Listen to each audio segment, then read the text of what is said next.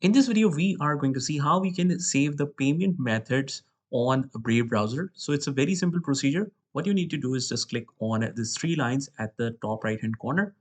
And once you click here, just go to the bottom where it says settings. Go ahead and click on that. And then on the left hand side, we see this option which says autofill and passwords. Just click on that.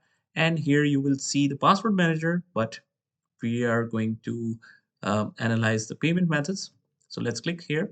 And you can enable this option save and fill payment methods so that it saves your payment details.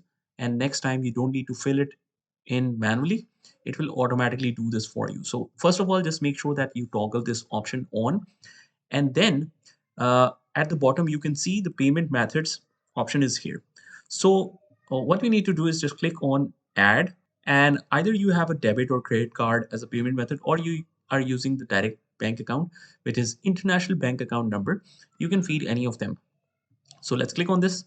And here you just need to enter and fill in the basic details like card number, expiration date, name of the card and card nickname, and so on. And your details will be filled so that you can use it on any website you want. So that's pretty much it, guys. I hope you found this video helpful. And if you did, hit the like button and subscribe to our channel. And I will see you in the next one.